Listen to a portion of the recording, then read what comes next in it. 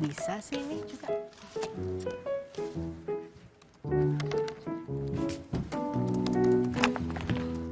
Bu, Ya, malam.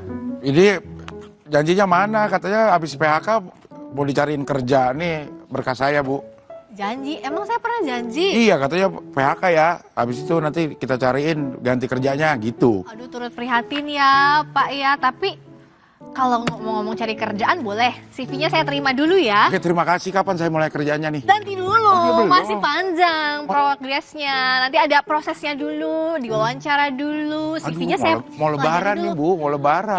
Iya, saya juga pengennya ngasih THR cepet-cepet, bonusnya yang banyak aja, Iya. biar bisa lebaranan. Tapi ngomong-ngomong, bukan saya yang harusnya kasih kerjaan. Ya apa dong? Jadi janji juga dari pemerintah, karena sebenarnya yang tidak beruntung, ini yang kurang beruntung di bulan Ramadan dan juga jelang lebaran adalah saudara-saudara kita yang berada di PT Sritex, ex-karyawan PT Sritex, karena Pengadilan Tata Niaga Semarang memutuskan PT Sritex ini pilot karena tidak mampu untuk melunasi utang. Dampaknya lebih dari 10.000 karyawan PT Sritex Group harus di PHK dan ada janji dari pemerintah juga untuk mencarikan kerjaan segera untuk mereka. Nah, itu yang saya pengen. Itu yang penting, kita lihat liputannya.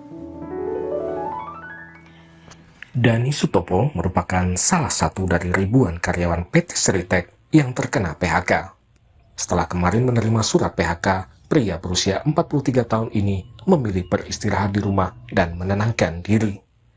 Dani berharap dana BPJS Ketenagakerjaan dapat segera cair sehingga dapat digunakan untuk memenuhi kebutuhan dan bertahan hidup sampai mendapatkan pekerjaan baru nantinya.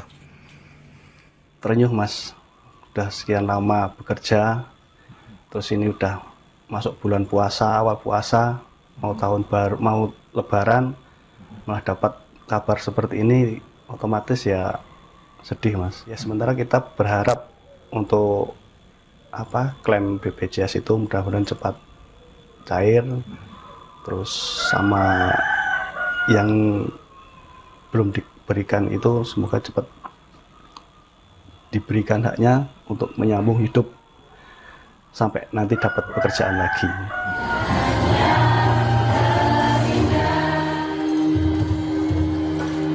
Sebelumnya, tangis para karyawan PT Sritex Sukoharjo, Jawa Tengah tak terbendung di hari terakhir mereka bekerja Jumat kemarin. PT Sritex Group berhenti beroperasi setelah dinyatakan pilot oleh Pengadilan Tata Niaga Semarang, Jawa Tengah. Dampaknya, ada lebih dari 10.000 karyawan PT Sritex Group yang ada di Sukoharjo, Boyolali, dan Semarang harus mengalami pemutusan hubungan kerja atau PHK. Sebagian karyawan PT Sritex berharap pemerintah bisa mencarikan solusi agar mereka bisa segera bekerja lagi. Saya juga terkena PHK kemarin, ini juga bingung, utang BRI saya masih banyak. Ini kira-kira gimana, ada solusi apa enggak? Habis ini saya menganggur. Harapannya ya semoga nanti bisa kerja lagi di sini, udah nyaman sama teman-temannya, sama lingkungannya. Ya inginnya kembali lagi Pak. Kenapa? Diselamatkan Sritex. Kenapa, Bu? Ya untuk menghidupi anak. Kalau bekerja di tempat lain? Ya uang umurnya kan sudah nggak mencapai Pak. Kalau ngelamar di mana-mana kan sudah 50 lebih. Nggak ada yang mau. Sementara pihak PT Sritex memastikan hak-hak para pekerja akan dipenuhi termasuk pembayaran gaji. Adalah momentum yang sangat historical ya, di mana 58 tahun kita sudah berkarya dan sangat sedih sekali kita berpisah semuanya di sini. Penunggatan gaji ini gimana, Pak? Sebenarnya kita sudah koordinasi dengan kurator, karena kan memang sekarang rekening semua yang pegang kurator dan sudah hari ini terbayar, cuman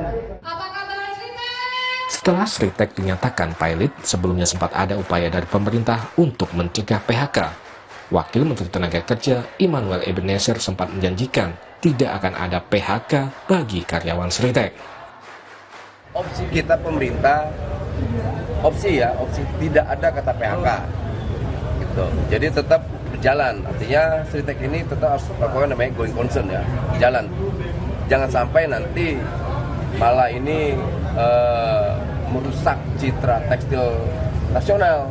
Karena biar gimana pun Sritek ini ada wajah tekstil kita ya, wajah tekstil Indonesia.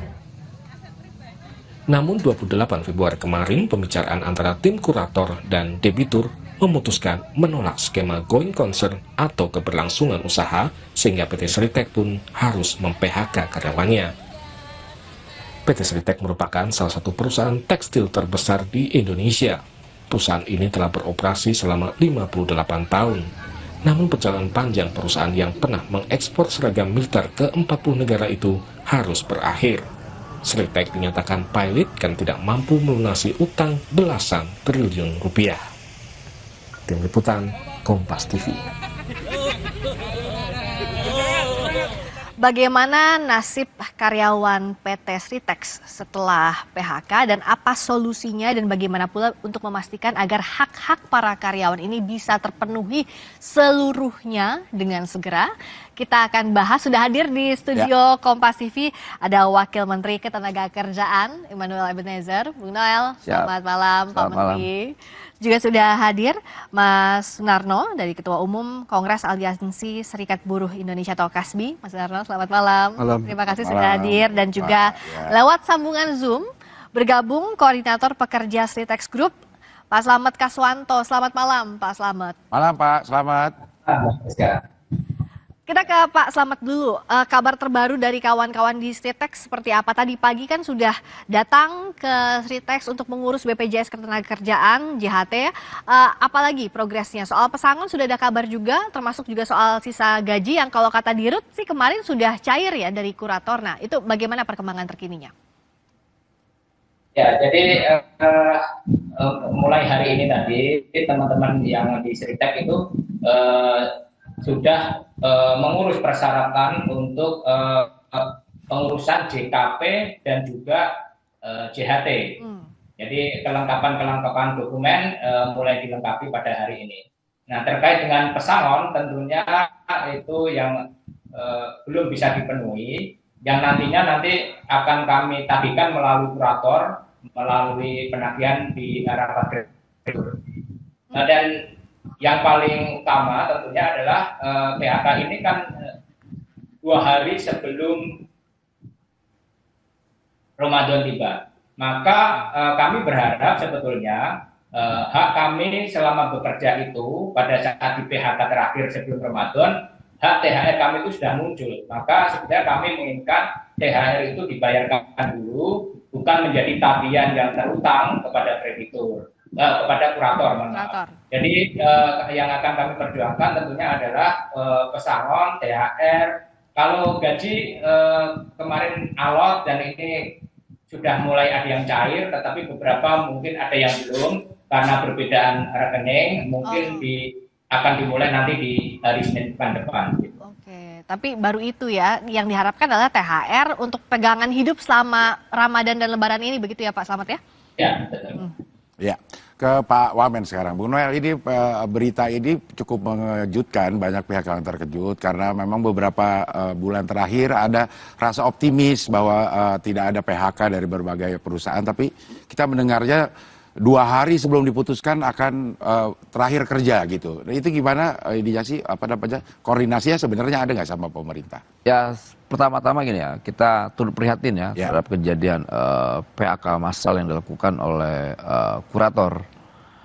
Ini kan sebuah perjuangan lama saya di Sritek untuk manajemen tidak melakukan PHK. Nah, ketika saya menyampaikan tidak ada PHK itu sebenarnya kesepakatan saya dengan manajemen. Saya bilang untuk kawan-kawan manajemen Sritek tidak melakukan tindakan PHK. Nah, disepakati oleh kawan-kawan manajemen untuk tidak melakukan PHK.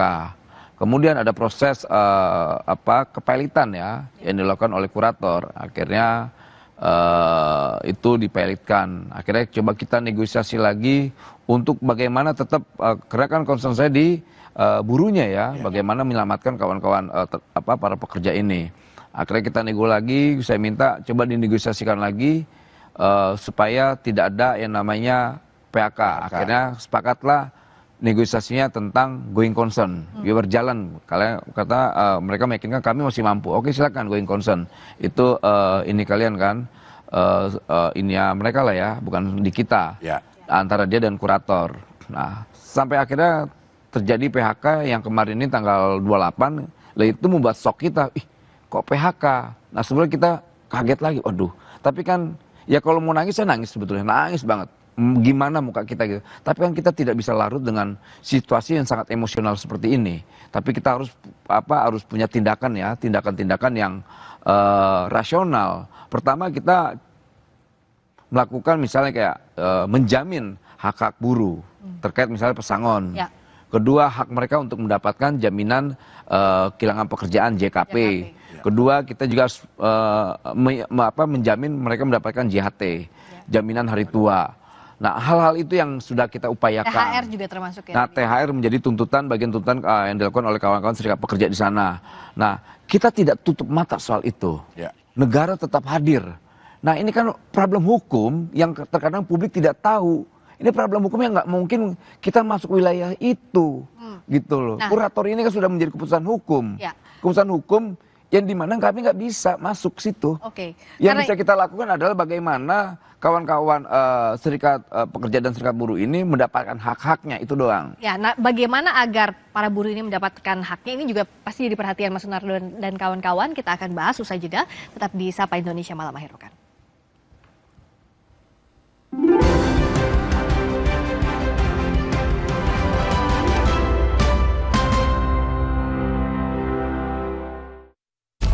Tingkatkan kualitas